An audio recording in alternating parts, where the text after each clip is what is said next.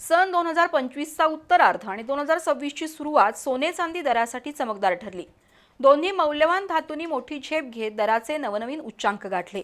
सोने दरानं प्रति 10 ग्रॅम 1,92,000चा तर चांदी दरानं प्रति किलो 4 लाखाचा उंबरठा गाठला होता।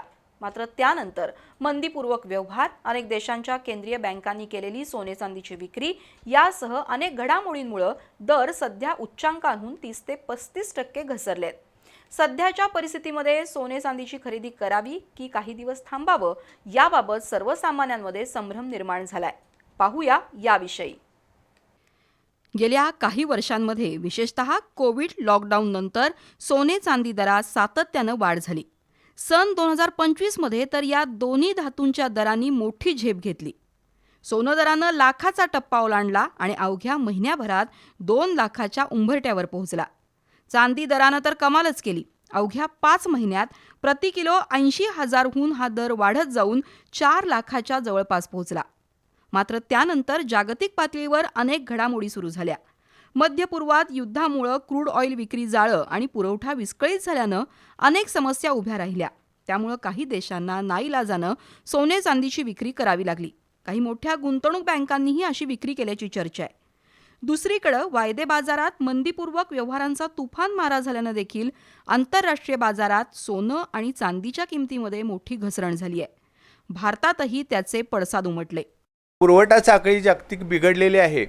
ती पुरवठा साखळी बिघडल्यामुळं तेल जागतिक स्तरावर पोहोचणं मुश्किल झालं आणि तेलाचे दर वाढले। ऑइल वाढल्यामुळे ऑइलमध्ये इन्व्हेस्ट करण्याची चढाओढ लागली आणि त्यासाठी लोक सोनं विकू लागले। सोनं विकल्यामुळं ऑइल वरती गेले त्यामुळे सोन्याचे दर सध्या खाली आलेले आहेत।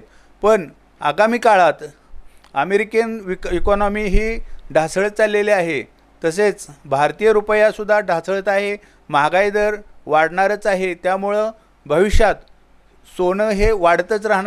स्थानिक बाजारपेठेत आज सोने दर प्रति 10 ग्रॅम 1,49,000 रुपये तर चांदी दर 2,35,000 रुपयांच्या सुमारास आहे। दरम्यान अचानक घसरणीमुळे सोने चांदी खरेदी करणाऱ्या सामान्य ग्राहकांमध्ये मोठा संभ्रम निर्माण झालाय।